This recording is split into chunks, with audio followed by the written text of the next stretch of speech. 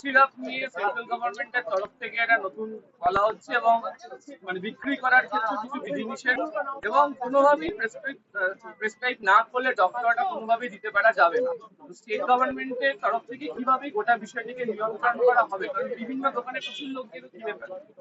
কিছু কিছু cough syrup আছে যেগুলো across the counter ATC drug বলা হয়, কিন্তু সেটা যেহেতু কেন্দ্রীয় সরকারের একটা বিজ্ঞপ্তি এবং সূচনা এসেছে, আমরা সূচনাটা পুরোপুরি ডিটেলসে দেখি। আমাদের মনে হয় কেন্দ্রীয় সরকারের যে সূচনাটা থাকবে চিন্তা ভাবনা করেই দেওয়া, এবং সেই চিন্তা ভাবনা অনুযায়ী আমাদেরও এই একই সূচনার মান্যতা দেওয়ার সমর্থনই কিন্তু আমরা এখনই স্বাস্থ্য ভবন যাচ্ছি। বিজ্ঞপ্তি একটু পরেই হয়তো বেরোবে। কফ সিরাপের ব্যাপারটা আছে, অনেক কফ সিরাপের মধ্যে কিছু কিছু ওষুধ দেওয়া থাকে যেগুলো একটু রুগীদেরকে আচ্ছন্ন করে ফেলে।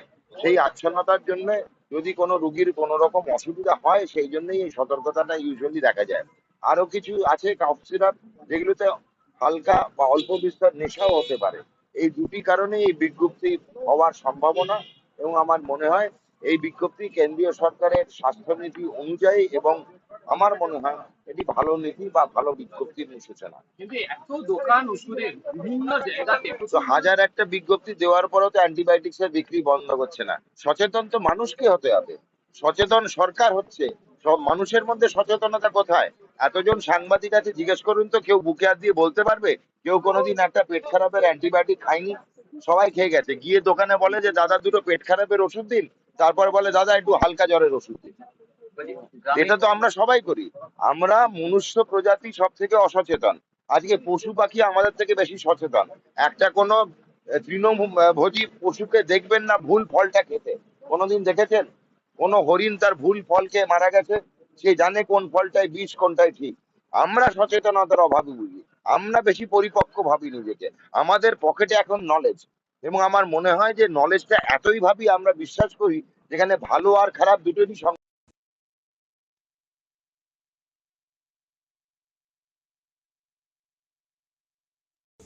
এটাই হচ্ছে মেইন। এটাই বলতে যাচ্ছিলাম, এই প্রশ্নটাই আমি এক্সপেক্ট করছিলাম। প্রচুর পরিমাণে কফ সিরাপ আমাদের এই রাজ্য থেকে বিশেষত সীমান্ত পেরিয়ে বাংলাদেশে চলে যায়। বাংলা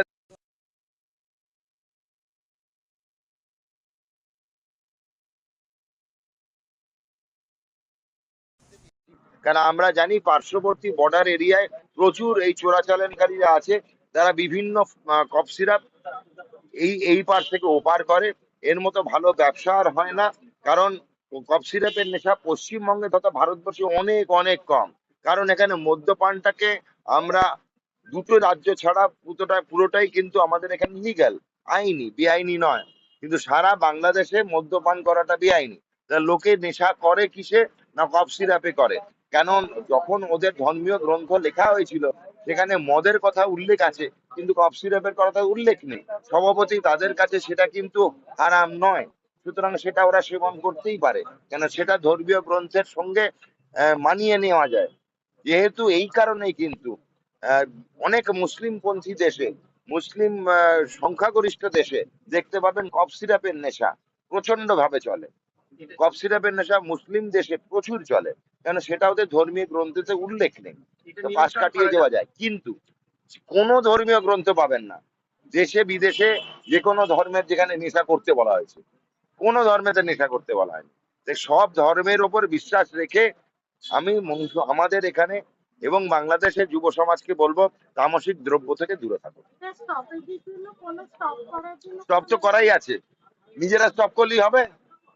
প্রত্যেক দিনে কম করে 200 টাকা করে খরচা করছি। গতকালই আমি একটা ভাষণে বলেছি যে যুব সমাজ দিনে 200 টাকা নেশার পিছনে ব্যয় করে। মদ্যপান, পশ্চিমবঙ্গ এমন একটা রাজ্য যেখানে এখন অবধি রাত্রি 11:30 অবধি মদের দোকান খোলা থাকে। আমি সুপারিশ জানাবো আমাদের দপ্তর থেকে এটার ব্যাপারে ব্যবস্থা নিতে। ওষুধের দোকান 8:30টায় বন্ধ হয়। তামসিক দ্রব্যের বিক্রি বন্ধ করতে বলছি না, মানুষকে সচেতন করতে বলছি যে আপনারা সীমা রেখে খান, লক্ষণ রেখাটা ক্রস করবেন না। সব জিনিসেরই এটা মাত্রা থাকে। মাত্রা বহির্ভূত তামসিক দ্রব্য সেবন করা এবং কোনো মাত্রায় সেবন করে গাড়ি চালানো আইনত অপরাধ। আমাদের অ্যাক্সিডেন্টের হার পশ্চিমবঙ্গে অনেক কমেছে যখন পুলিশ এখানে ব্রেথ অ্যানালাইজার নিয়ে এসছে। তারপর তো দেখবেন যে অনেক অনেক হ্রাস পেয়ে গেছে। আজকাল ওই উড়ালপুলের ওপরে যে অ্যাক্সিডেন্ট গুলো, আমাদের হাইওয়েতে যে অ্যাক্সিডেন্ট গুলো 100% অ্যাক্সিডেন্টের কারণ মদ্যপান। দেখে নিন, যেখানে পুনেতে যে দামি গাড়ির অ্যাক্সিডেন্ট হলো সেটাতেও মদ্যপান। তো মদ্যপান করে গাড়ি চালালে অবশ্যম্ভাবী অ্যাক্সিডেন্টের চান্স বাড়ছে। বিভিন্ন স্টেশনগুলোর কাছেও দেখতে পাওয়া